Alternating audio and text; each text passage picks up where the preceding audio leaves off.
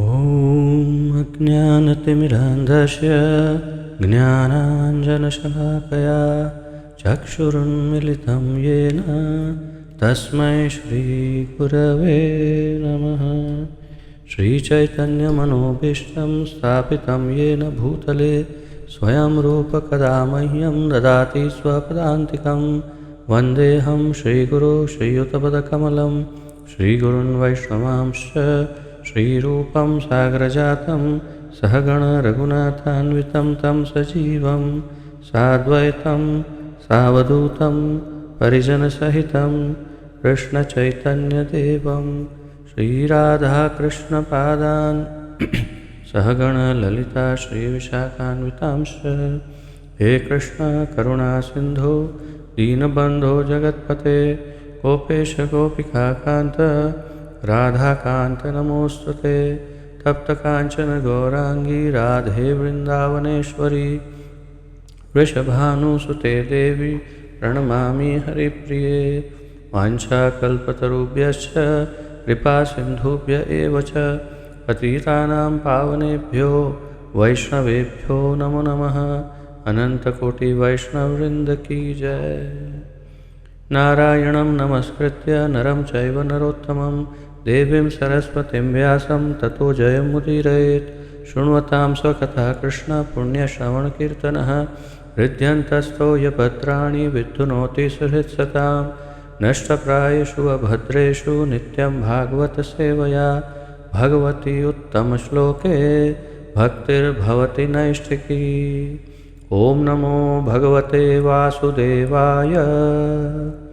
ॐ नमो भगवते वासुदेवाय। ॐ नमो भगवते वासुदेवाय। नमः ॐ विष्णुपादाय कृष्णप्रेष्ठाय भूतले श्रीमते जयपताका स्वामिन् इति नामिने।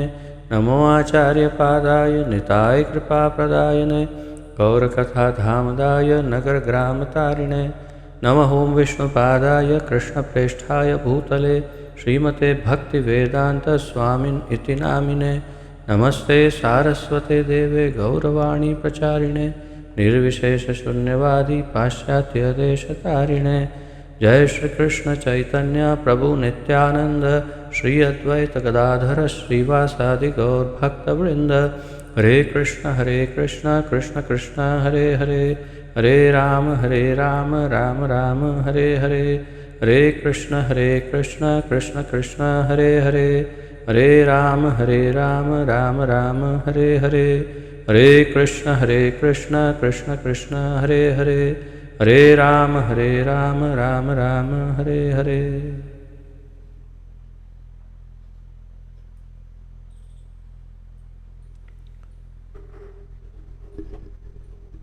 आप सबका बहुत बहुत स्वागत है आज के इस अत्यंत महत्वपूर्ण सत्संग कार्यक्रम में। इसके अंतर्गत हम सम्मिलित रूप से श्रीमद् भागवत महापुराण का अध्ययन कर रहे हैं। इसका आलेखन हमारे इस्कॉन के संस्थापक आचार्य श्रीमद् अभय चरणारविंद भक्तिवेदांत स्वामी श्रील प्रभुपाद जी ने किया है। श्रील प्रभुपाद की जय। कल हमने भूमिका के अध्ययन में 16वां यानी भूमिका में 14वां हमने अध्ययन किया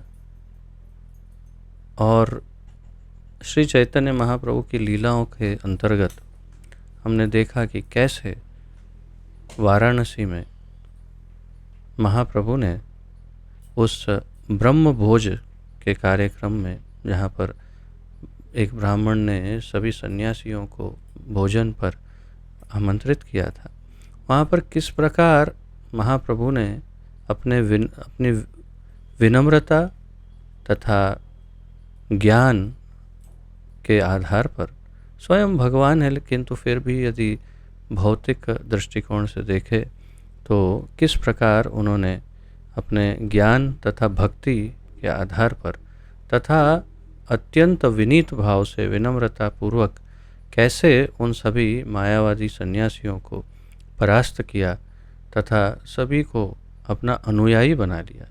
इसमें सर्वप्रथम सबसे प्रमुख, सबसे महत्वपूर्ण श्रील प्रकाशानंद सरस्वती, जो उस समय के सबसे प्रमुख मायावादी सन्यासी माने जाते थे, उन्होंने और उनके साथ साथ अनेक सन्यासियों ने आत्मसमर्पण कर दिया।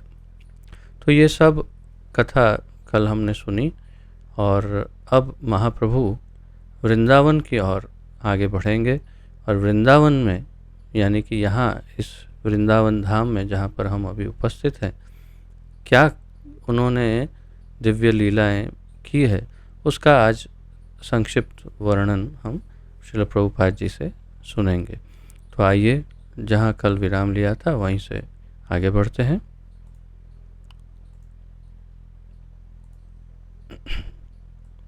आप सब स्क्रीन देख पा रहे हैं? ठीक है।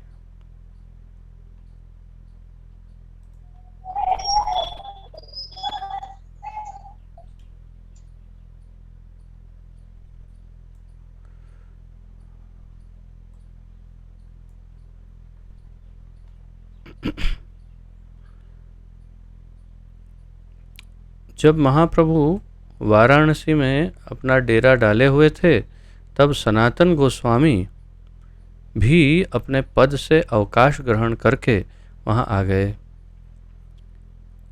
तो हमने गोस्वामियों में सबसे प्रमुख श्रील सनातन तथा श्रील रूप गोस्वामी के विषय में संक्षिप्त चर्चा की और हमने कहा था कि नवाब हुसैन शाह के दरबार में ये दोनों प्रमुख मंत्री थे, एक प्रधानमंत्री, एक मुख्यमंत्री, ऐसा कुछ, एक या तो वित्त मंत्री, कोई दो प्रमुख मंत्री पद पर थे और उनके नाम भी थे साकर मलिक और दबीर खास। तो वहाँ से किसी तरह से पीछा छुड़ा करके, और ये बड़ी लंबी कथा है, परंतु न प्रभुपाद जी ने कही और न हम भी कहेंगे यहाँ पर। तो सनातन गोस्वामी भी महाप्रभु से जाकर मिले किसी प्रकार से वाराणसी में। वे नवाब हुसैन शाह के शासन के अंतर्गत बंगाल सरकार के भूतपूर्व मंत्री थे। चूंकि नवाब उन्हें अवकाश नहीं देना चाहता था, अतएव उन्होंने वहाँ से छूटकर आने में कुछ कठिनाई हुई। उन्हें वहाँ से छूटकर आने में कुछ कठिनाइयाँ हुई, लेकिन भगवान के शुद्ध भक्त हैं। भगवान के हम हमेशा सभी भक्तों को, जितने भी भक्त हैं, सभी भक्तों को भगवान की सहायता हमेशा प्राप्त होती ही है। ये हमेशा सभी भक्तों को स्मरण रखना चाहिए कि भगवान के सभी भक्तों को भगवान की सहायता हमेशा मिलती है। अवश्य रक्षिबे कृष्ण विश्वास पालन। हमें ये विश्वास होना चाहिए कि कृष्ण अवश्य रक्षा करेंगे। तो भी वे वाराणसी आए और भगवान ने उन्हें भक्ति के सिद्धांतों की शिक्षा दी। तो अब वाराणसी जब पधारे श्री सनातन गोस्वामी, तो उनके मिलन के पश्चात भगवान श्री चैतन्य महाप्रभु ने उन्हें भक्ति के सिद्धांतों की शिक्षा दी।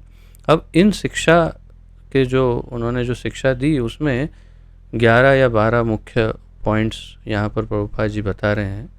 और ये विषय जो हैं जिन पर शिक्षा दी है, वो विषय को जानना बड़ा रोचक है।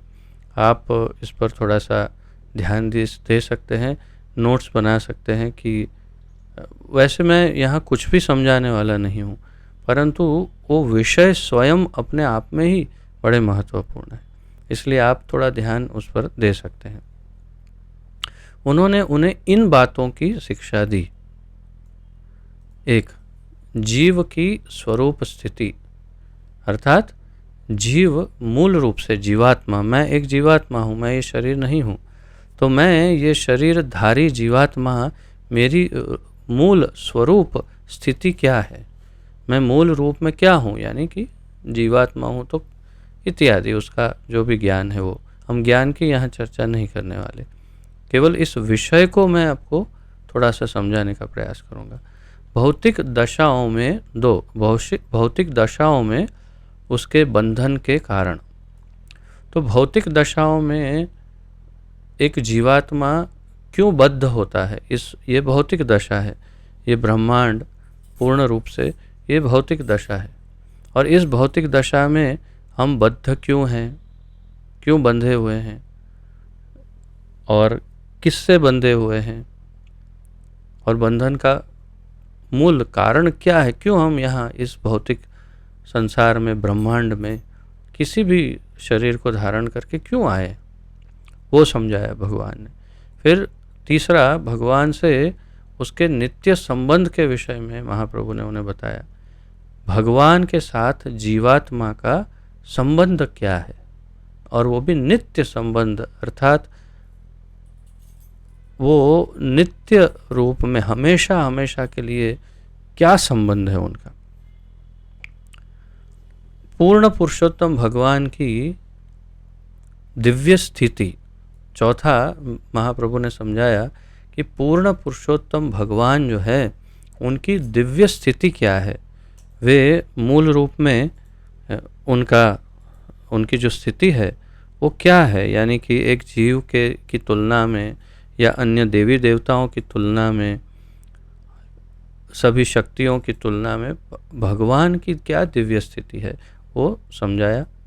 विभिन्न पूर्णांश अवतारों में उनका विस्तार। फिर पांचवा ये समझाया कि भगवान मूल रूप में एक रूप में तो हैं, परंतु वे अपने अवतारों में, वो भी पूर्ण अंश अवतारों में किस तरह से अपने आप को विस्तरित करते हैं, उनके पूर्ण अंश कौन से हैं, कौन से विस्तार है, कौन से अवतार हैं, ये सब उनको समझाया। छठा ये समझाया कि ब्रह्मांड के विभिन्न भागों पर उनका नियंत्रण, भगवान का ब्रह्मांड पर किस प्रकार का नियंत्रण होता है, वो सब उन्होंने समझाया महाप्रभु ने श्रील सनातन गोस्वामी को। सातवां ये समझाया कि उनके दिव्य धाम की प्रकृति क्या है, भगवान जहाँ निवास कर रहे हैं तो भगवान के निवास स्थान की, यानी निज धाम की, भगवान के अपने धाम की क्या प्रकृति है, वो कैसा है धाम, उसमें क्या क्या है क्या नहीं है, क्या व्यवस्था है, पानी वानी टाइम पर आता है कि नहीं, और कभी गैस सिलेंडर खाली हो जाए तो दूसरा टाइम पर मिल जाता है कि नहीं, बुकिंग करना पड़ता है, क्या करना। वो अगर ऐसा कुछ हो तो आप तो मुझसे ज़्यादा जानते हैं, तो ये सब वहाँ पर क्या व्यवस्था है, अगर हम वहाँ जाते हैं तो हमें पर्याप्त व्यवस्था मिलेगी कि नहीं, सब वो महाप्रभु ने बताया। आठवां ये बताया कि भक्ति कार्य क्या है। तो इंग्लिश में क्या लिखा हुआ है भक्ति कार्य के विषय में?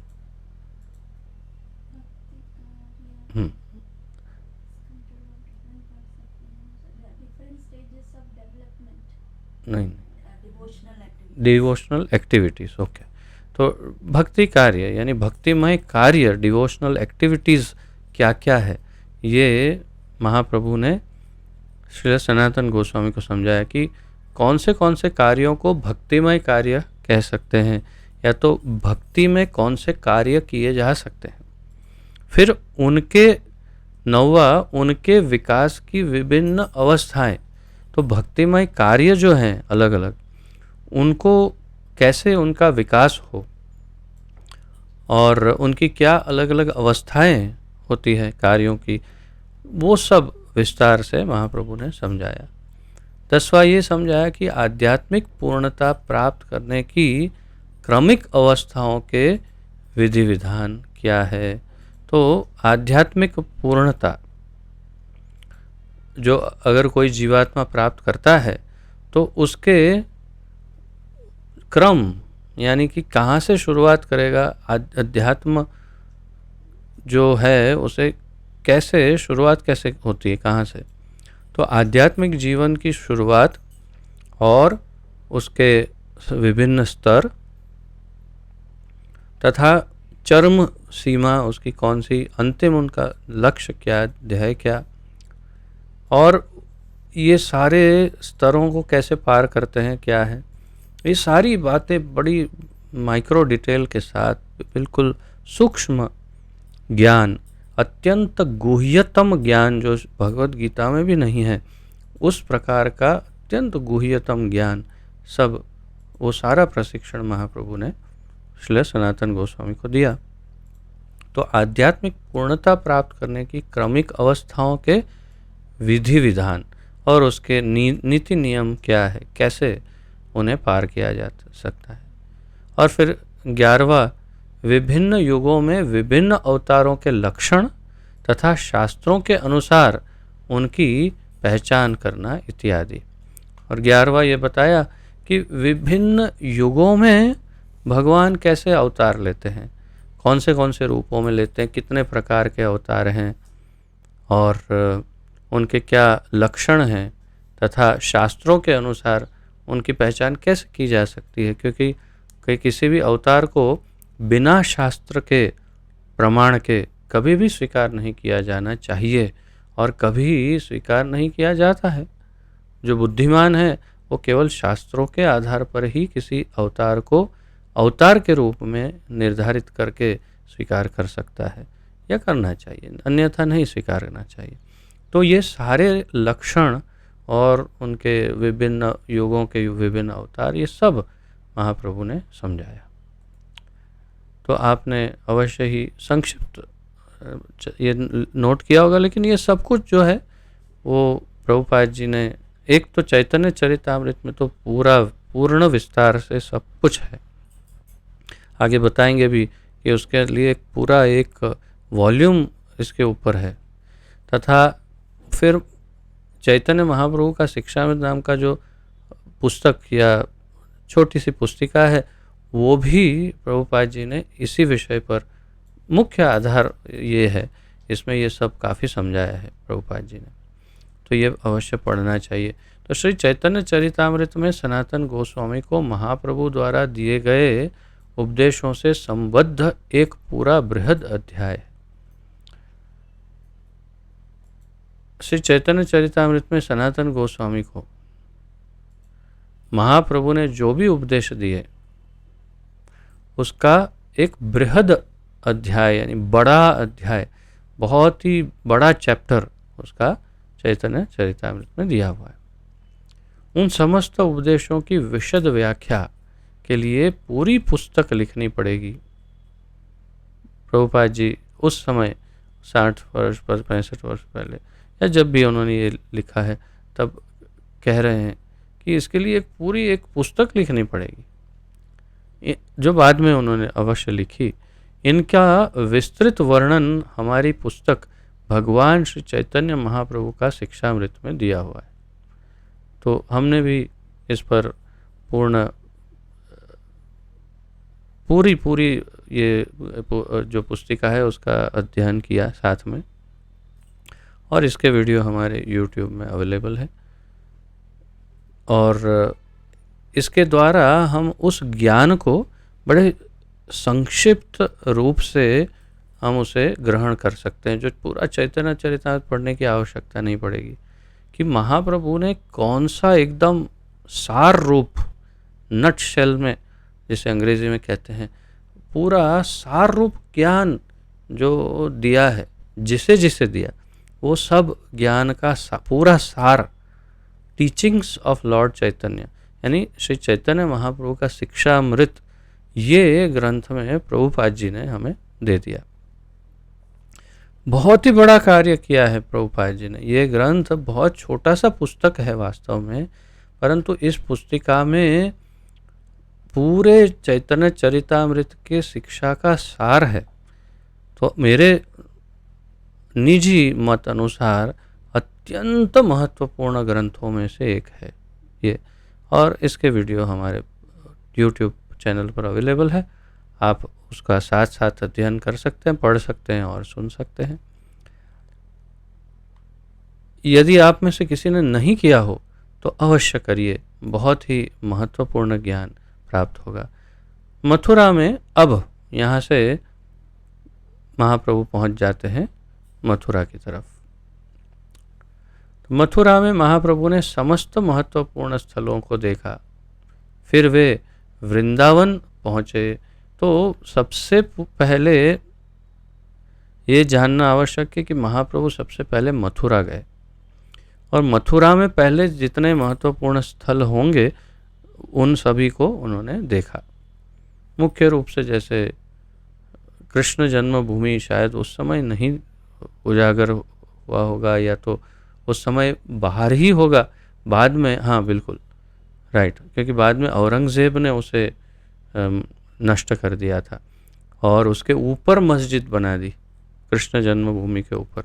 खैर ये सब विषय आज की चर्चा में नहीं है, परंतु फिर भी अतिरिक्त जानकारी के लिए।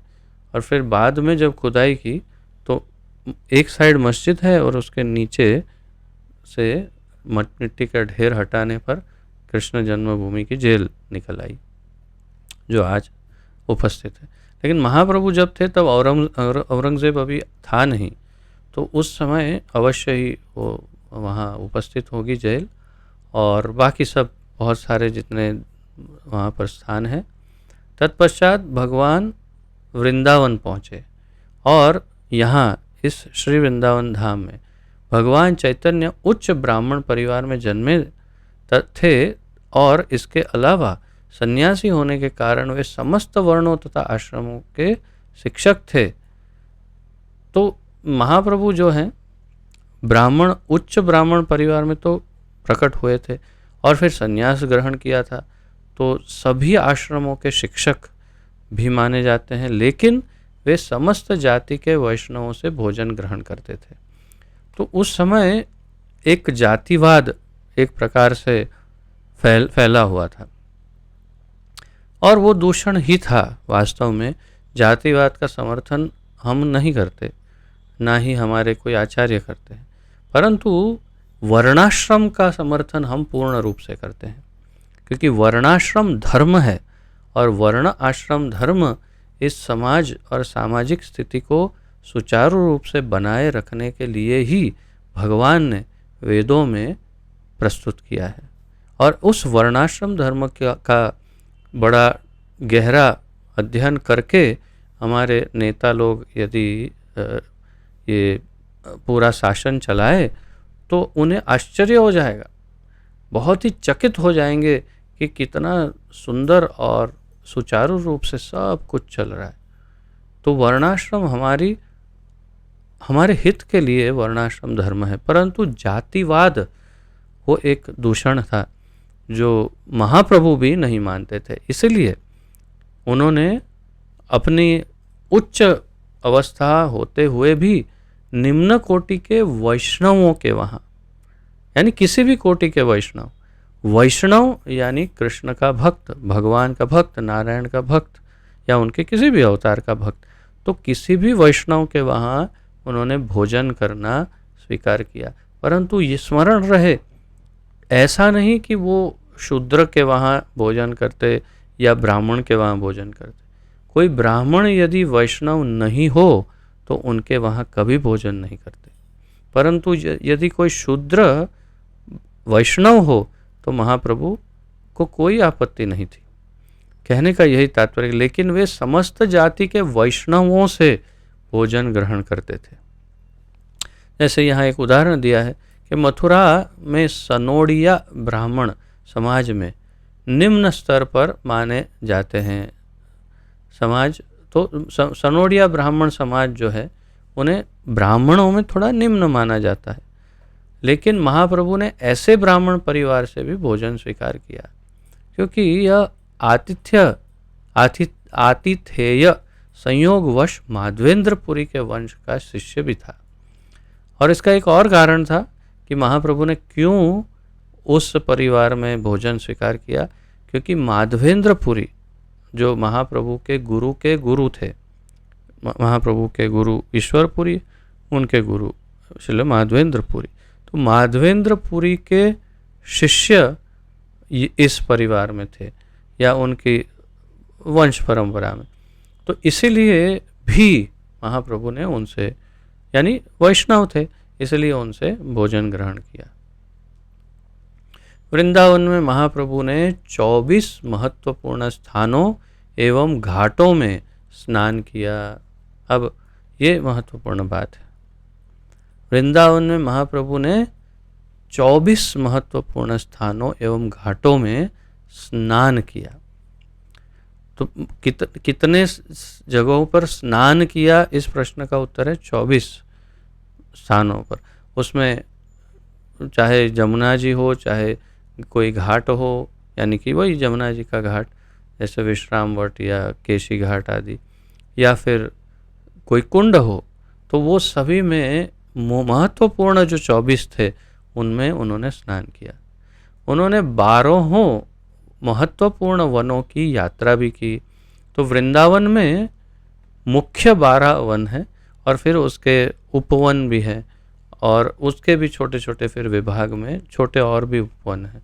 तो उसमें सबसे महत्वपूर्ण 12 मुख्य वन के माध्यम से पूरा वृंदावन या ब्रज जिसे कहते हैं, पूरा ब्रज मंडल विभाजित है। उनमें 12 वन जो हैं, उन सभी 12 वनों की यात्रा महाप्रभु ने की। इन वनों की सारी गायों तथा पक्षियों ने उनका स्वागत किया, मानो वे उनके अत्यंत पुराने मित्र हों। अब स्वयं कृष्ण ही तो हैं, और जैसे ही वे आए इन वनों में विचरण करने लगे, तो इन वनों की गायें, पक्षियां और यहाँ तक कि वृक्षों के विषय में भी कहेंगे आगे, तो ये सब इतने आनंदित, इतने आह्लादित हो गए, इतने प्रसन्न हो गए, और सबने, पक्षियों ने, गायों ने, सबने महाप्रभु का स्वागत किया। कैसे?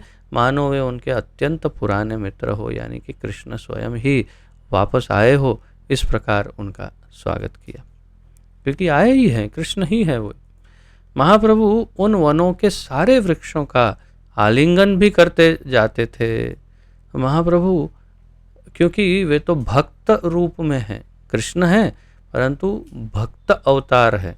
तो भक्त अवतार है, इसलिए कृष्ण के विरह में, कृष्ण के प्रेम में वे अलग अलग वृक्षों को, जैसे वृक्षों को देखते स्मरण होता, कृष्ण यहाँ इनको छुआ होगा, कृष्ण यहाँ बैठे होंगे, इस पर चढ़े होंगे, और वृक्षों का आलिंगन करते। ऐसा करते हुए उनमें दिव्य आनंद के लक्षण प्रकट हो जाते थे और वे कभी मूर्छित हो जाते थे। तो ऐसा करते हुए उनमें ऐसे दिव्य लक्षण, जिनकी हमने पूर्व में चर्चा की, तो अष्ट सात्विक विकार जो विभिन्न प्रकार के हैं वो प्रकट हो जाते, और कभी वे मूर्छित हो जाते, किंतु कृष्ण के पवित्र नाम का कीर्तन करने पर उन्हें पुनः चेतना आ जाती, या तो पुनः चेत आ जाता। तो स्वाभाविक है, महाप्रभु का एक ही उनकी चाबी थी उनको वापस चेतना में लाने की। बचपन में, बाल्यकाल में हमने देखा कि जैसे प्रकट हुए, रोते थे, संकीर्तन करो, हरि नाम संकीर्तन, और चुप हो जाते थे। और हमने देखा कि जैसे ही वे अपनी संपूर्ण विकसित अवस्था को प्रदर्शित करने लगे और कृष्ण प्रेम में जैसे डूब गए, और कभी बेहोश हो जाते, समाधि में चले जाते, कहने का अर्थ है, तो उस समाधि से उनको पुनः वापस लाने का एक ही मार्ग था, हरि नाम संकीर्तन। जैसे ही संकीर्तन करेंगे पुनः वे नॉर्मल हो जाते। वृंदावन के वन के भीतर यात्रा के समय क्षमा करिए, उनके शरीर में जो लक्षण दृष्टिगोचर हो रहे थे वे अद्वितीय तथा अवर्णनीय थे, और हमने केवल उनकी रूप रेखा ही दी है। प्रभुपाद जी बता रहे हैं कि ये सब चर्चाएं अभी करने बैठने का तो समय नहीं है, और इतनी मधुर और इतनी गुह्य चर्चाएं हैं ये सब। आप कल्पना कर सकते हैं कि महाप्रभु स्वयं जब वृंदावन में हो, जो उनकी चेतना, महाप्रभु ऐसे एक भक्त के रूप में अगर हम सोचें, तो एक भक्त के रूप में उनकी चेतना में केवल सिर्फ श्री वृंदावन ही बसा होगा। तो उस क्योंकि ये तो माता के अनुरोध पर उनको जगन्नाथपुरी वे जाके रहे, परंतु उनका मन तो वृंदावन में था, उन्हें तो वृंदावन ही आना था। तो जब वृंदावन आ गए तो कैसे कैसे लक्षण उन्हें प्रकट हुए होंगे, उसकी तो हम कल्पना ही नहीं कर सकते। जो सर्वोच्च उनके जो भावमय दशा दशा है वो यहाँ पर प्रस्तुत हुई होगी। तो यहाँ पर केवल उनकी रूपरेखा दी गई है, ऐसा प्रभुपाद जी कह रहे हैं कि हमने केवल रूपरेखा दी है, अर्थात संक्षिप्त वर्णन। महाप्रभु ने वृंदावन के जिन महत्वपूर्ण स्थलों का दर्शन किया वे थे। तो अब यहाँ पर कुछ स्थलों का नाम प्रभुपाद जी ले रहे हैं जो वृंदावन के यानी ब्रज मंडल के मुख्य स्थल हैं। जैसे काम्यवन, हमारी जो वार्षिक ब्रज की यात्रा होती है उसमें कुछ पिछले 11 वर्षों से हम कर रहे हैं, उसमें आप जो जुड़े हैं हमारे साथ उनके लिए इसमें से लगभग 80% ऐसे होंगे जो आपने देखे होंगे। 20% ऐसे भी हैं जहाँ पर हम बस के माध्यम से आपको नहीं ले जा सकते, बड़ा अंदर है, तो वो सब हम नहीं ले गए हैं, वो भी नाम इसमें कुछ कुछ हैं। लेकिन मुख्य रूप से जैसे काम्यवन है, तो काम्यवन में कितने सारे स्थान हैं, 12 से अधिक स्थान हैं दर्शनों के लिए। तो काम्यवन, आदिश्वर, आदिश्वर उसमें आदिश्वर ही लिखा है, ओके, आदिश्वर मेरे स्मरण में नहीं आ रहा है, पता नहीं किसी तरह से, लेकिन मुझे स्मरण नहीं आ रहा है ये कहाँ का नाम है आदिश्वर। पावन सरोवर आप में से मुख्य रूप से सभी ने देखा है। खदिरवन, जहाँ हम रास्ते में छोटा सा स्थान आता है, हम जाते नहीं। शेषशाही, ये भी बड़ा अंदर है, हम नहीं जाते। खेलन तीर्थ या खेल तीर्थ, जिसे आज ब्रजवासी खेलन तीर्थ कहते हैं या रमण रेती भी कहते हैं। तो रमण रेती, भांडिरवन, भद्रवन, श्रीवन, लौहवन, महावन, गोकुल, काली हृदय लिखा है यहाँ।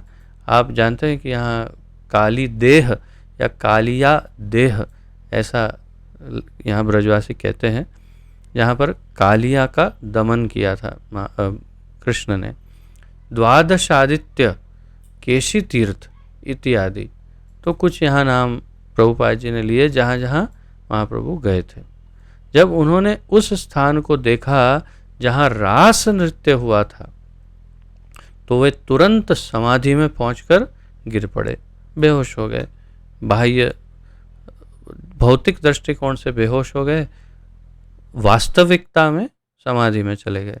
क्यों? क्योंकि रास मंडल पहुंच गए थे जहाँ पर भगवान का महारास हुआ था। भागवत के 10वें स्कंद के 33वें अध्याय में पूरा रास का वर्णन है, महारास का।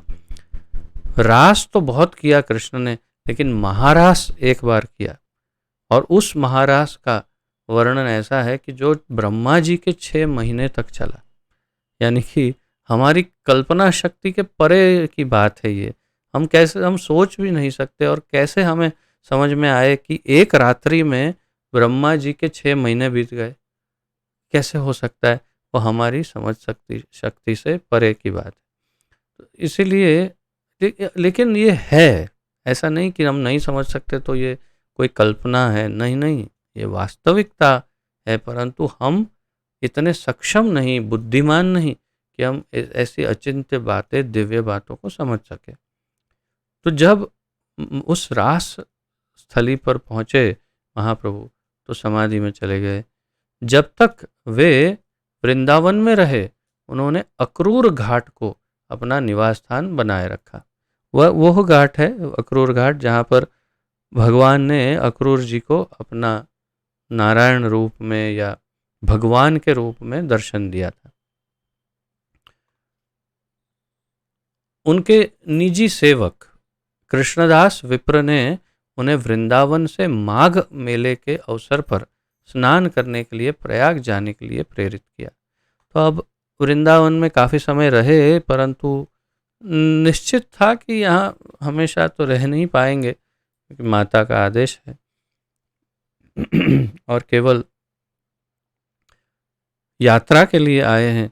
तो आगे भी तो बढ़ना है। तो इसलिए उनके जो असिस्टेंट या सर्वेंट सेवक थे कृष्णदास विप्र, विप्र यानी ब्राह्मण, तो उन्हें ये सुझाव दिया उन्होंने महाप्रभु को कि अब माघ महीने का मेला लगा हुआ है प्रयाग में, कुंभ, जहाँ पर सब स्नान करने जाते हैं, तो चलिए आप प्रयाग के मेले में स्नान करने, वहाँ पर तीर्थ है आफ्टर ऑल, बहुत ही विशेष प्रयागराज, प्रयाग को राज कहा जाता है क्योंकि ये तो सर्व विदित है कि सभी तीर्थों का राजा प्रयागराज है।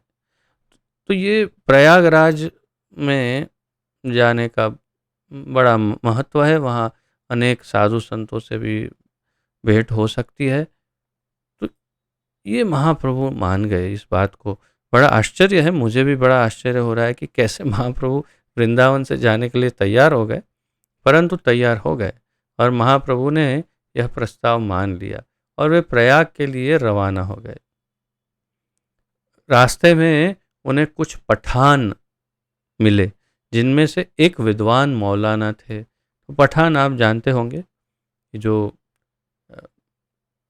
मुसलमान, जो इस्लामिक जो समुदाय है उसमें पठान एक जाति है, प्रजाति है। तो पठान जो है वो भी कुछ कहीं जा रहे थे, तो कुछ पठान उन्हें मिल गए महाप्रभु को, और उसमें से एक जो थे वो बड़े विद्वान मौलाना थे। तो महाप्रभु की इस मौलाना तथा उसके साथियों से कुछ बातें हुई, तो उन्होंने मौलाना को विश्वास दिलाया कि कुरान में भी भागवत धर्म तथा कृष्ण का वर्णन है। और ये मैं कई वर्षों पूर्व, लगभग 2003-04 के आसपास, मैं यूनाइटेड अरब एमिरेट्स यूएई में था। तो उस समय वहाँ पर किसी तरह से कहीं कुरान की कुछ बातें सुन रहा था मैं किसी से, तो उसमें ऐसा लिखा हुआ है कि भगवान के शरीर का रंग जो है वो काला है, ऐसा लिखा हुआ है कुरान में। तो वो ये मानते हैं कि ये काबा का वर्णन है, काबा का पत्थर यानी जो उसका जो कलर है वो काला है। तो वो ऐसा मान लेते हैं सभी कि काबा का ही वर्णन होगा, परंतु हमारे महाप्रभु जैसे कह रहे हैं, उन्होंने बताया, और कुछ विद्वान बताते हैं कि वास्तव में वो कृष्ण का वर्णन या नारायण का वर्णन है कि उनका शरीर का वर्ण जो है वो कृष्ण काला है। तो महाप्रभु ने ये भी बताया कि कुरान में भागवत धर्म का भी वर्णन है। अब इसकी जानकारी तो मुझे नहीं है, परंतु कृष्ण का भी वर्णन है। और क्योंकि वो मौलाना बड़े विद्वान थे, इसलिए क्या हुआ, फलस्वरूप सारे पठानों ने उनके भक्ति संप्रदाय को स्वीकार कर लिया। सभी मान गए, अंग्रेजी में कहते हैं कन्विंस हो गए, यानी कि संपूर्ण रूप से उन्होंने, महाप्रभु जब बोलेंगे तो कितने क्या क्या प्रमाण नहीं प्रस्तुत करेंगे। अच्छा, कन्वर्टेड लिखा है, तो अंग्रेजी में तो प्रभुपाद जी लिखते हैं कि उन सबको कन्वर्ट कर दिया, यानी कि उनको भक्ति संप्रदाय में दीक्षित ही कर दिया, सबको वैष्णव बना दिया। तो ये महाप्रभु ने एक लीला की उस समय प्रयाग जाते समय। जब वे प्रयाग आ गए तो श्रील रूप गोस्वामी तथा उनके सबसे छोटे भाई उनसे बिंदु माधव मंदिर के निकट मिले। हम डिटेल में नहीं जा रहे, परंतु रूप गोस्वामी और उनके सबसे छोटे भाई दोनों मिले प्रयाग में। इस बार प्रयाग के निवासियों ने महाप्रभु का पहले से अधिक आदरपूर्ण स्वागत किया। तो प्रयाग इस बार जब आए महाप्रभु तो और अधिक, क्योंकि तब तक उनकी ख्याति नामना बहुत ही प्रचलित हो गए महाप्रभु, कि उन्होंने ऐसे ऐसे कार्य किए, प्रकाशानंद सरस्वती, सार्वभौम भट्टाचार्य और क्या क्या। तो ये सब सुन के प्रयाग के लोग सब अब महाप्रभु के भक्त बन गए। तो बड़ा जबरदस्त स्वागत किया। प्रयाग के उस पार स्थित आडेल ग्राम के वासी वल्लभ भट्ट अपने ग्राम में उनका स्वागत करने वाले थे, लेकिन वहाँ जाते समय महाप्रभु यमुना नदी में कूद पड़े। अब यहाँ पर जिस महाशय का वर्णन है, आडेल ग्राम, प्रयाग के उस पार, नदी के उस पार आडेल ग्राम के वासी वल्लभ भट्ट। तो ये कौन है वल्लभ भट्ट? ये वही श्री वल्लभाचार्य है जो वल्लभ संप्रदाय या पुष्टि मार्ग के जो प्रणेता है, जो गुजरात में सबसे अधिक हैं पुष्टि मार्गी वैष्णव, जिन्हें वल्लभी वैष्णव भी कहते हैं, और यहाँ ब्रज में भी काफ़ी हैं अब तो, और जिन्हें उनके भक्त यानी वल्लभी वैष्णव उन्हें महाप्रभु कहते हैं। यानी इन्हीं वल्लभ भट्ट यानी वल्लभाचार्य को उनके संप्रदाय के लोग महाप्रभु कहते हैं। तो यही वल्लभ भट्ट जो हैं वे महाप्रभु को अपने घर पर भोजन के लिए आमंत्रित कर रहे थे, लेकिन क्या हुआ, रास्ते में जैसे ही वो नदी पार करने का समय आया तो महाप्रभु इतने भाव में आ गए कि नदी में यमुना जी में कूद पड़े, ऐसा यहाँ लिखा है। यमुना, अच्छा, और भावावेश में आकर के अपनी, यानी वो भूल ही गए, ये पूरा विस्मरण समाधि में चले गए और कृष्ण प्रेम में डूब गए। बड़ी ही कठिनाई से उन्हें मूर्छित अवस्था में पकड़कर बचाया गया, बाहर बड़ी मुश्किल से निकाला।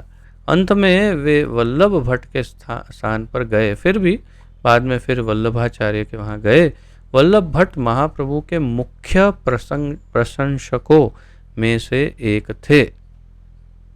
ये थोड़ा महत्वपूर्ण इसलिए है कि इसके ऊपर कभी भी किसी से विवाद न करें, क्योंकि ये विवाद का विषय नहीं है, और हमारे जो ग्रंथों में लिखा है इस बात को वास्तव में सभी जानते हैं, क्योंकि ये सत्य है। परंतु हो सकता है कि उन्हें ये लगे कि अरे हमारे भी तो महाप्रभु थे, तो इसीलिए इस पर कभी किसी से वाद विवाद नहीं करना चाहिए। मैं ये आपसे प्रार्थना कर रहा हूँ। आप इस बात का ज्ञान रखते हैं, यदि कोई इसको स्वीकार करता है तो ठीक है, नहीं करता है तो भी ठीक है, वो उनकी इच्छा की बात है। परंतु यहाँ लिखा है वल्लभ भट्ट, और ये सत्य है, चैतन्य चरितामृत में बहुत स्पष्ट वर्णन है सब। ये सब कितना लंबा, बहुत बड़ा चैप्टर है, मैंने पढ़ा है ये चैप्टर पूरा, कि कैसे वल्लभाचार्य और महाप्रभु के बीच में जो कुछ भी संवाद, जो कुछ भी उनके संबंध जैसे थे, वो सब कुछ बहुत डिटेल में लिखा है। तो वल्लभाचार्य मुख्य रूप से महाप्रभु के एक मुख्य प्रशंसक थे, यानी कि वे उनके एक प्रकार से उनके भक्त थे, ऐसा कह सकते हैं। लेकिन बाद में उन्होंने अपना दल बना लिया जिसका नाम वल्लभ संप्रदाय पड़ा। प्रभुपाद जी बता रहे हैं कि बाद में उन्होंने ऐसा अपना एक दल अलग से बनाया जिसे वल्लभ संप्रदाय के नाम से जाना गया, और जिसके विषय में आपको बता चुका हूँ। अधिक जानकारी के लिए आप चैतन्य चरितामृत पढ़ सकते हैं। प्रयाग में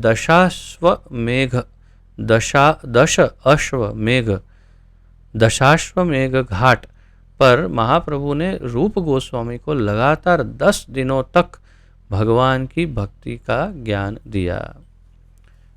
प्रयाग में महाप्रभु ने रूप गोस्वामी को, पहले उन्होंने सनातन गोस्वामी, अब रूप गोस्वामी को 10 दिन तक भगवान की भक्ति के विषय में ज्ञान प्रदान किया। उन्होंने रूप गोस्वामी को प्राणियों की 84 लाख योनियों के विभागों की शिक्षा दी। जो 84 लाख योनियां हैं उसका वर्णन किया। फिर उन्होंने मनुष्य योनि का पाठ पढ़ाया। तो मनुष्य वास्तव में 84 लाख योनियों में से 4 लाख तो केवल मनुष्य की ही योनियां हैं, 80 लाख अन्य सब है। तो उसके विषय में ज्ञान दिया। उन्होंने मनुष्यों में से वैदिक सिद्धांतों के अनुयायियों के विषय में, फिर इनमें से सकाम कर्मियों, फिर इनमें से भी ज्ञानियों तथा ज्ञानियों में से मुक्तात्माओं के विषय में बातें बताई।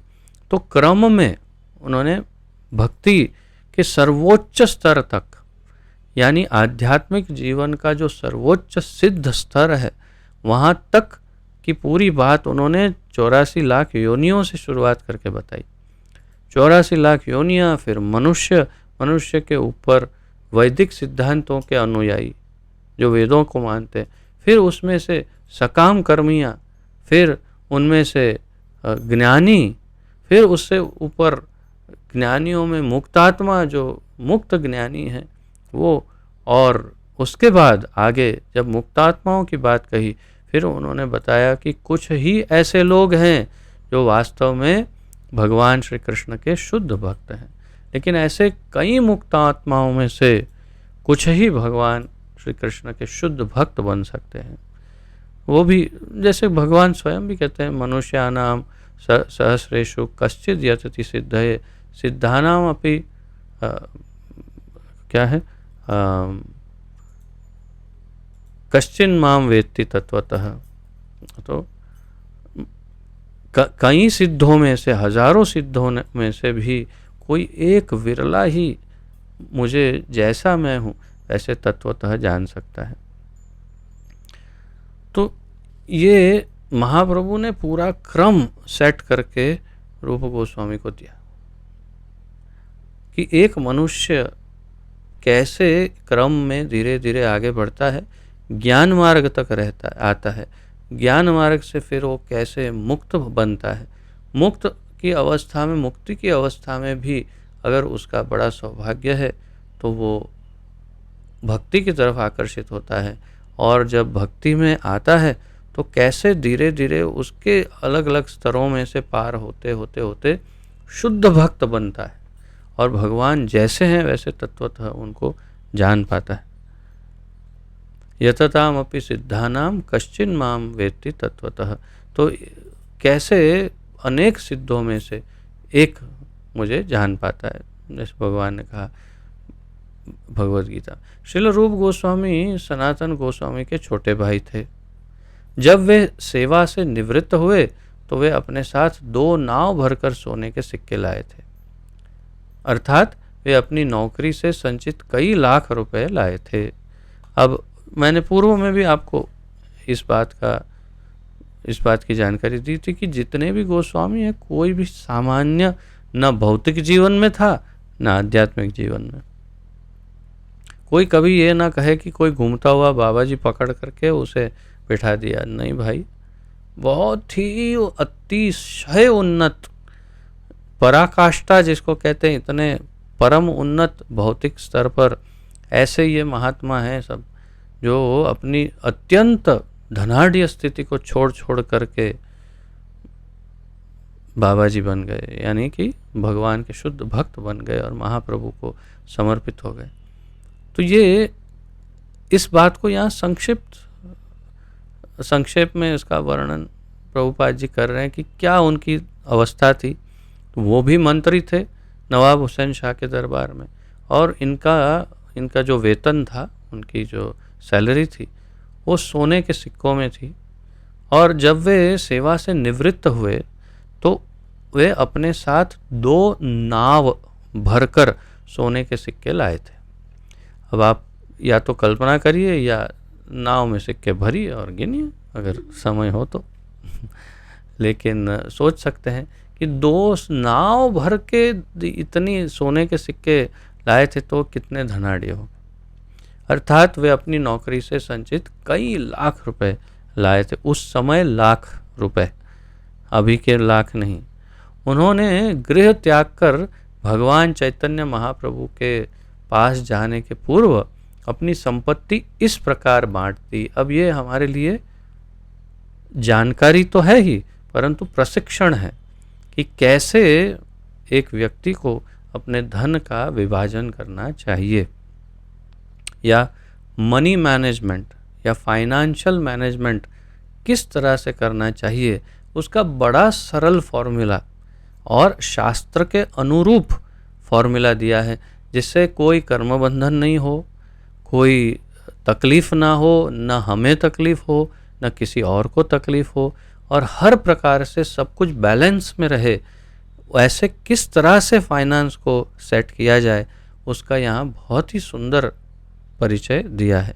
इसलिए प्रभुपाद जी इसका वर्णन कर रहे हैं, और आप भी ऐसा कर सकते हैं तो आपकी फाइनेंस की मैनेजमेंट जो है वो बहुत सुंदर हो जाएगी। 50% भगवान तथा उनके भक्तों की सेवा में। एक नाव उन्होंने यानी सिक्कों के साथ, हाँ, तो एक नाव भरकर यानी 50%, 50% धन उन्होंने भगवान तथा उनके भक्तों की सेवा में, यानी कुछ मंदिर में, कुछ भगवान की सेवाओं, फिर बाकी उनके भक्तों की सेवा में डोनेट कर दिया। 25% संबंधियों में, फिर बाकी जो एक नाव बची उसमें से 25% यानी कि आधी नाव और वो उन्होंने अपने संबंधियों में बांट दिया, जो अपने संबंधी हैं उनमें बांट दिया जिन्हें आवश्यकता हो सकती है, तथा 25% आपातकालीन निजी आवश्यकता के लिए रखा। तो बाकी जो आधी नाव थी वो बैंक में डाल दिया, और कि उस समय ब्याज क्या होगा पता नहीं, ब्याज होगा ही नहीं, मैं केवल मजाक के लिए कह रहा हूँ। तो जो भी है उन्होंने उस 25% को सिक्योर कर लिया, यानी कि 100% में से 50% भगवान और उनके भक्तों की सेवा में, 25% उन्होंने अपने परिजन और संबंधियों की सेवा में, और बाकी 25% अपनी सुरक्षा भविष्य के लिए, यदि कभी कुछ कार्य हो जाए, कुछ काम लगे, तो इसलिए उन्होंने बचा के रखा था। मैंने आपको पहले भी बताया था, सनातन गोस्वामी ने भी ऐसे ही किया था। तो किस लिए रखते हैं? ताकि भगवान को कभी कुछ महाप्रभु के कार्य में या प्रचार कार्य में कभी कोई आपातकालीन स्थिति आए तो वो धन किसी से मांगना नहीं पड़े, अपना ही धन है, उसको इस्तेमाल कर सकते हैं। इस प्रकार से उन्होंने समस्त गृहस्थों के लिए एक आदर्श स्थापित किया, और इसलिए प्रभुपाद जी ने कई बार बारंबार सबको बताया कि आपको अपना 50% धन जो है वो दे देना चाहिए। मैं ऐसे व्यक्तिगत रूप से ऐसे भक्तों को जानता हूँ जो वास्तव में अपनी 50% सैलरी सीधा मंदिर में दे देते हैं भक्तों की और भगवान की सेवा के लिए। ऐसे लोग हैं जो प्रभुपाद जी और शास्त्रों को पालन करते हैं, उनके आदेश का। तो हमें भी सोचना चाहिए कि हम कितना डोनेट कर सकते हैं, और उसका अर्थ ये भी है निश्चित रूप से कि हमें अपनी ज़रूरतों को भी सीमित करना होगा, हमें भी थोड़ी तपस्या करनी होगी, तभी हम ये कर पाएंगे। ये नहीं कि जितना आता गया उतना बस और आनंद से जियो और मौज करो और पैसों को उड़ाओ। नहीं नहीं नहीं, ठाकुर जी और उनके भक्तों की सेवा में 50% लगाओ। और जो हमारे ग्रुप के जो भक्त हैं उन्हें अगर इच्छा हो जाए तो मुझे बताना, मैं आपको बताऊंगा कहाँ इन्वेस्ट करना है। महाप्रभु ने गोस्वामी को यानी श्री रूप गोस्वामी को भक्ति के विषय में शिक्षा देते समय भक्ति की तुलना एक लता से की और उपदेश दिया कि इस भक्ति लता को शुद्ध भक्तों के प्रति किए गए अपराध रूपी मत्त हाथी से अत्यंत सावधानी से बचाना चाहिए।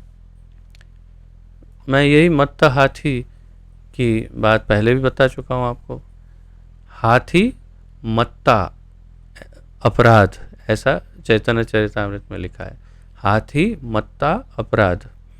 महाप्रभु ने बताया कि आपकी जो भक्ति है वो एक कोमल बेल की तरह है, क्रीपर या भक्ति लता आप शायद समझते होंगे, लता, बेल या क्रीपर, गुजराती में वेलो कहते हैं, जो किसी वृक्ष या किसी दीवार के आधार पर बड़ी कोमल होती, धीरे धीरे धीरे धीरे चढ़ती है, ऊपर बढ़ती है, लेकिन इतनी कोमल होती है कि कोई उसको छेड़े खींचे तो टूट जाए, गिर जाए। अब ऐसी जो आपकी जो भक्ति है वो उस कोमल लता की तरह है, महाप्रभु ने समझाया। और लता को शुद्ध भक्तों के प्रति किए गए अपराध रूपी मत्त हाथी से अत्यंत सावधानी से बचाना चाहिए। और आपकी जो बेल है भक्ति की, उसे किससे बचाना चाहिए? वैष्णव अपराध से बचाना चाहिए। इसकी चर्चा हम पूर्व में कर चुके हैं कि सबसे भयानक एक भक्त के जीवन में या किसी के भी जीवन में, किसी के भी जीवन में यदि कोई सबसे भयानक चीज़ हो सकती है उससे, तो वो है एक वैष्णव का अपराध, किसी भगवान के भक्त का अपराध। वैष्णव आवश्यक नहीं है कि वो तिलक में ही होगा, तुलसी कंठी गले में होगी, आवश्यक नहीं है। उसके हृदय में यदि भगवान के प्रति अपार प्रेम है तो वो वैष्णव ही है। अगर वो भगवान की सेवा में नियुक्त है तो वैष्णव ही है। यदि वो किसी परंपरा में दीक्षित है तो भी वैष्णव तो है ही। परंतु वैष्णव होने के अनेक चिन्ह हैं। वो आप अब इसलिए कौन चांस ले भाई कि कौन वैष्णव है कौन नहीं है? ड्रेस से तो पता चलता है कि वैष्णव है, लेकिन कभी कभी जो नहीं, जिन्हें पता चले वो क्या कर, सार रूप में किसी का भी अपराध क्यों करे? ये अन्यथा क्या होगा? अगर किसी वैष्णव को ठेस पहुंची, दुख पहुंचा, तो क्या हो जाएगा? एक हाथी जैसे उस बेल को कुचल देता है, वैसे पूरी भक्ति की लता कुचल के मसल के नष्ट हो जाएगी। फिर उसमें से बाहर निकलना बहुत कठिन हो जाएगा। तो इसका अनुभव स्वयं रूप गोस्वामी को एक बार हुआ। वे ऐसा वर्णन है कि वे कहीं बैठे थे और भजन कर रहे थे, और भजन में समाधि में चले गए। समाधि में उन्होंने भगवान की दिव्य लीला को देखा। भगवान और श्रीमती राधा रानी कुछ खेल कर रहे थे। उस खेल में कुछ ऐसा हुआ कि जिसको देखकर उनकी आंखें बंद है और वे देख रहे हैं, उस समाधि, उस लीला को देख रहे हैं। और कुछ ऐसा किया भगवान ने कि जिसको देख कर के रूप गोस्वामी को हंसी आ गई। अब उसी समय संयोगवश एक और वैष्णव वहाँ से गुजर रहे थे, जिनके शरीर में कुछ थोड़ी सी कमियां होंगी। तो उनको ऐसा लगा कि मुझे यहाँ से निकलता देखकर मेरे शारीरिक जो मेरी जो कमियां हैं अंगों की, उसको देख करके रूप गोस्वामी हंसे और उन्हें बड़ा दुख हो गया, बहुत दुखी हो गए और वहाँ से चले गए। न उन्होंने कुछ कहा न रूप। और उसी क्षण रूप गोस्वामी का स्वप्न भंग हो गया और फिर प्रयास करे कुछ दिखाई ना दे, समाधि में नहीं जा पाए और बड़े परेशान हो गए, बहुत परेशान हो गए, क्या क्या हो गया। और फिर दिनों बीतते गए और फिर अवस्था ही बदल गई। फिर उन्होंने श्री सनातन गोस्वामी को कहा कि ये ऐसा कैसे हो गया, क्या समझ में नहीं आ रहा है, ये क्या हो गया मेरा अचानक इस तरह से। तो सनातन गोस्वामी समझ गए। उन्होंने कहा कि अवश्य ही तुमसे कोई वैष्णव अपराध हो गया है जो तुम्हें भी पता नहीं है, क्योंकि तुम जानबूझकर तो कर नहीं सकते। तो फिर क्या किया जाए? अब वैष्णव अपराध मिटाने का केवल एक ही मार्ग है, केवल एक ही मार्ग है, और वो है उस वैष्णव के चरणों में गिरो और गिड़गिड़ाओ और क्षमा की याचना करो। अगर वो क्षमा कर दे तो बस, नहीं करे तो कुछ नहीं हो सकता, उसका बहुत भयानक परिणाम आ सकता है। तो अब वो वैष्णव को ढूंढे कैसे, क्योंकि उनकी तो वो तो समाधि में थे जब वो कोई निकल गया होगा आजू बाजू से। सनातन गोस्वामी ने कहा इसका बड़ा सरल उपाय है, पूरे गांव के सभी वैष्णवों को भोज के लिए आमंत्रित करो और देख लेना उसमें से जो नहीं आए वही आपसे रिष्ट है। और बड़ा सरल था, ऐसा ही हुआ। जो पता चल गया कि एक वैष्णव नहीं आए, तुरंत ढूंढते ढूंढते उनके पास गए, आप क्यों नहीं आए? नहीं नहीं कुछ नहीं। तो कहा आप मुझसे कुछ गलती हो गई? तो बोला हाँ वो उस दिन मैं निकला और आप हंस पड़े मुझ पर, ये क्या आपका तरीका है? ऐसे कोई वैष्णव होते? अरे बाबा जी महाराज, हम तो कुछ और कल्पना में थे आपको कैसे हम, तब जाकर के उन्होंने क्षमा की और इनकी अवस्था फिर पुनः लौट आई। तो अगर रूप गोस्वामी के साथ भी ऐसा हो सकता है तो फिर हम और आप तो क्या है, कौन से खेत की मूली है। इसलिए वैष्णव अपराध से बचना चाहिए। किसी भी वैष्णव के चरणों के प्रति कभी अपराध न हो, यही सबसे मूल मंत्र हमेशा याद रखना चाहिए। बाकी सब भूल जाओ, चल जाएगा, लेकिन एक वैष्णव के चरणों के प्रति यानी वैष्णव के प्रति किसी भी प्रकार से अपराध न हो, ये बस ध्यान रखो तो बचे रहोगे। नहीं तो महाप्रभु जैसे कहते हैं, एक पागल हाथी, मत हाथी, नशे में चूर हाथी की तरह वो लता भक्ति की जो है वो टूट सकती है। इसके अतिरिक्त इस लता की रक्षा इंद्रिय भोग की इच्छाओं से, अद्वैतवादी मुक्ति से तथा हठ योग प्रणाली की सिद्धि से भी करनी होगी। महाप्रभु ने यह भी बताया कि हाँ ठीक है, वो तो सबसे टॉप पर है वैष्णव अपराध, लेकिन और भी कुछ चीज़ें हैं जिससे इस लता की, इस बेल की आपको रक्षा करनी होगी। क्या करेंगे? क्योंकि कभी कभी पर्याप्त जल नहीं मिला या बहुत धूप आ गई तो भी लता सूख सकती है। तो इस प्रकार किससे किससे, इंद्रिय भोग से या इंद्रिय भोग की इच्छाओं से। इंद्रिय भोग भी नहीं कर रहे हैं, लेकिन इंद्रिय भोग की इच्छा कर रहे हैं, अंदर कामना चल रही है, बाहर भोग कर नहीं पा रहे, लेकिन अंदर वो कामना सतत है, तो भी भक्ति की लता नहीं आगे बढ़ पाएगी।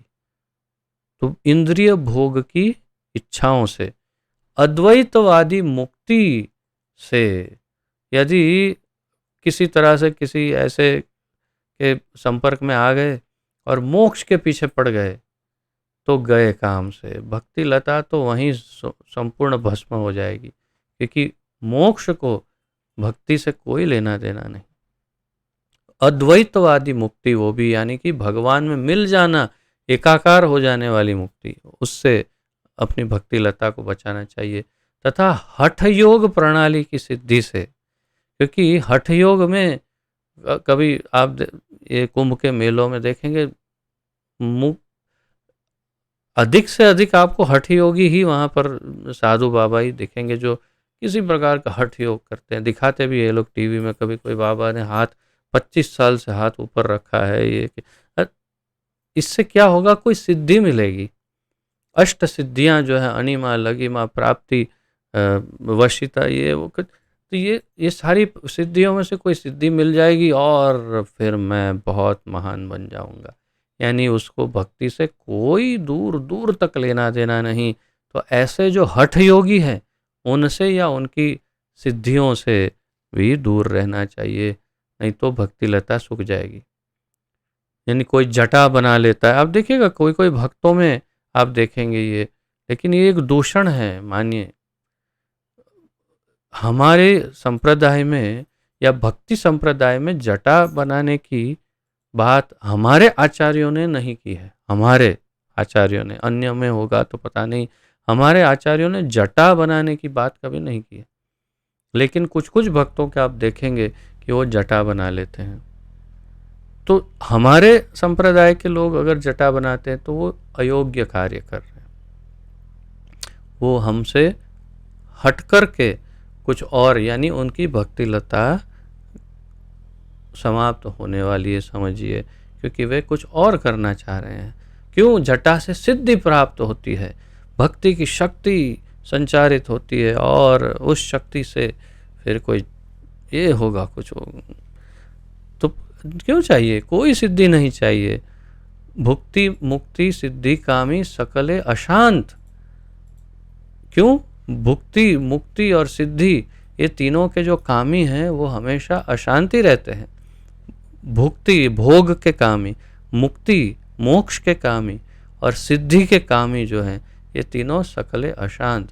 कृष्ण भक्त निष्काम अतएव शांत। महाप्रभु कहते हैं कि कृष्ण भक्त निष्काम है, उसको कोई कामना नहीं है, वो केवल भगवान को प्रसन्न करना चाहता है, इसलिए हमेशा शांत रहता है, आनंद में रहता है। तो ये बड़ा महत्वपूर्ण है। ये सब भक्ति पथ के लिए हानिकारक है, ये सब भक्ति पथ के लिए हानिकारक। इस प्रकार जीवों के प्रति हिंसा, सांसारिक लाभ की इच्छा, सांसारिक सम्मान तथा सांसारिक यश भी भक्ति या भागवत धर्म की उन्नति में बाधक है।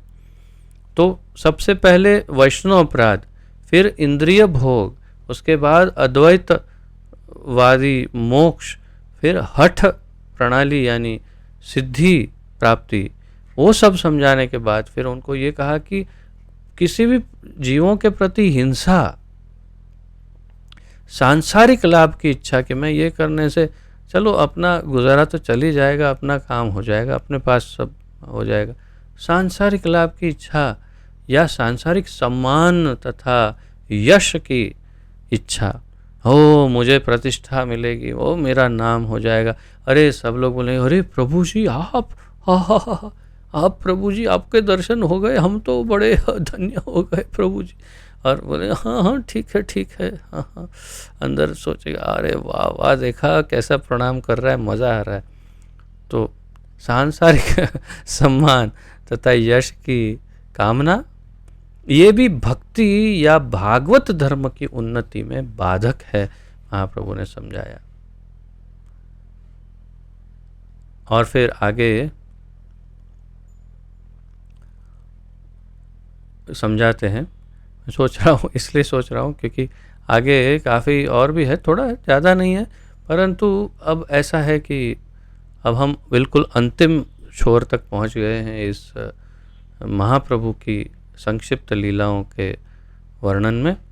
और मुझे लगता है कि ये एक पैराग्राफ ले लेते हैं, बाद में फिर आगे का जो है वो कल ले लेंगे, क्योंकि कल फिर श्रील प्रभुपाद जी महाप्रभु द्वारा लिखित शिक्षाष्टकम की चर्चा करेंगे। तो हम थोड़ा सा एक्सपांड करके उसकी चर्चा करके एक लेक्चर में उसे संपन्न करके फिर हम उसके बाद श्रीमद् भागवत महापुराण का प्रारंभ करेंगे।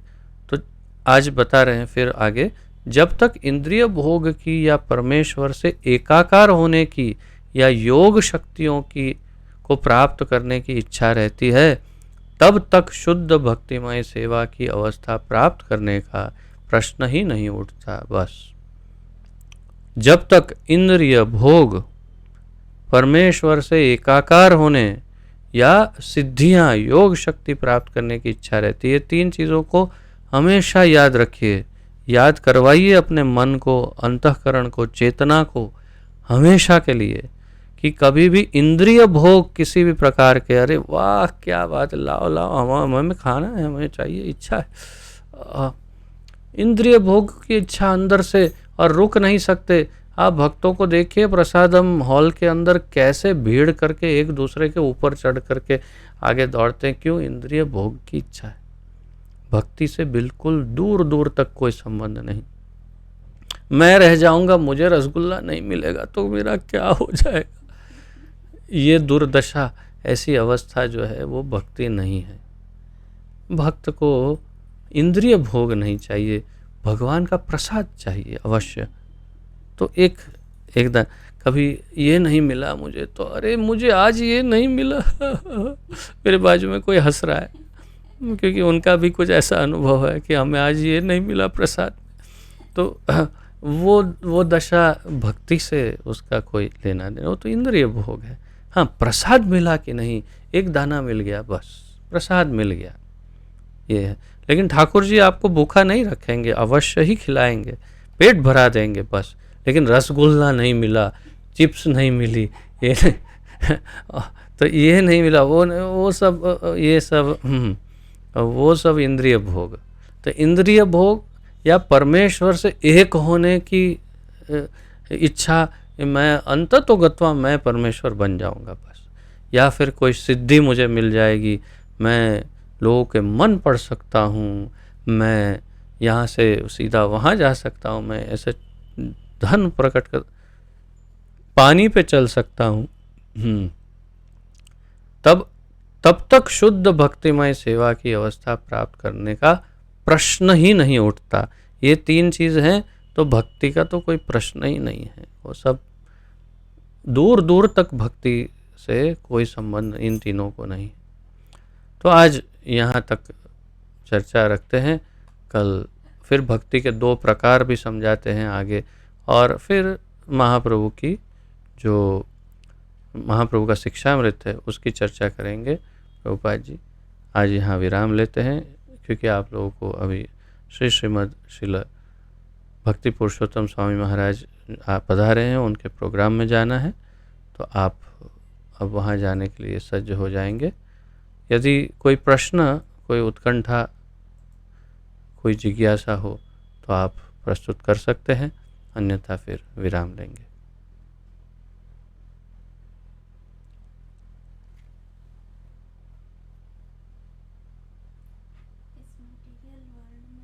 तो प्रसाद प्रभुपाद तो प्रसाद के लिए तो कभी ऐसे ये नहीं करते ना, प्रसाद हम तो लेते हैं ना ऐसे। देखा, प्रश्न तो आया ही, फिर प्रसाद की बात हुई तो प्रश्न तो वहीं से आ ही गया आखिर, कि भाई हम इस भौतिक जगत में हैं तो प्रभुपाद जी प्रसाद का अनुमोदन करते ही हैं, यानी कि प्रसाद के लिए प्रेरित करते। लेकिन बात यहाँ पर वो नहीं, बिल्कुल लीजिए, प्रसाद लीजिए, जो आपको मिल जाता है वो लीजिए, लेकिन मुझे नहीं मिला तो क्या होगा, या उसको नहीं मिलेगा चलेगा, उससे ओवरटेक करके मैं चला जाऊंगा, और अब नहीं मिला जब, तो बहुत वेदना हो गई, दुख हो गया कि मुझे ये नहीं मिला, मुझे इस पर्टिकुलर आइटम के लिए रोना, वो फिर प्रसाद का रोना नहीं है, वो तो निश्चित बात है। यानी वो एकदम स्पष्ट रूप से इंद्रिय भोग की ही कामना है। प्रसाद के लिए रो तो बहुत ही उत्तम है, वो तो भगवान के लिए रोना हुआ कि मुझे आज एक दाना भी प्रसाद नहीं मिला। ऐसा कैसे हो सकता है? मंदिर में घूमो, आपको कई जगह पर एक दाना तो मिल ही जाएगा प्रसाद का। पूरे ब्रज में कहीं घूमो, एक दाना प्रसाद मिल जाएगा। प्रसाद के लिए रोना है तो अलग बात है, लेकिन एक पर्टिकुलर आइटम के लिए रोना है तो वो निश्चित रूप से इंद्रिय भोग की ही कामना है। यही मेरा कहने का तात्पर्य है। तो उससे बचना चाहिए, समझना चाहिए कि कहीं ये मेरी इंद्रिय भोग की कामना है या प्रसाद के लिए इच्छा है, बस इतना ही डिफरेंस है। और कोई प्रश्न?